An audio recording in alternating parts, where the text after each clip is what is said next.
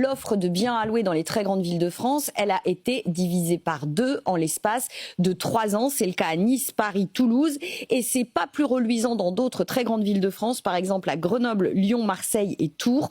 On est en baisse d'environ 40% en termes de volume d'offres de biens à louer en l'espace de 3 ans dans ces villes-là. Bon bah du coup, évidemment, ça se loue à la vitesse de l'éclair et les prix montent. Exactement. Alors déjà, sur la durée de location, c'est quand même assez spectaculaire. C'est-à-dire que l'ensemble des gestionnaires nous disent, en gros, en moins de 24 heures, on arrive à louer un logement en ce moment dans les grandes villes de France. Alors on a des petits records.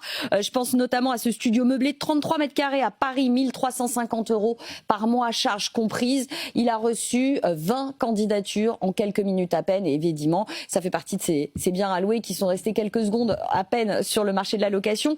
On a regardé de manière plus exhaustive avec Priceable la durée d'écoulement de ces annonces, c'est-à-dire le temps que ces annonces restent en ligne. En gros, on est sur 4 à 5 jours à Rennes, Bordeaux, Lyon, Montpellier, Strasbourg, Aix, Paris, Toulouse.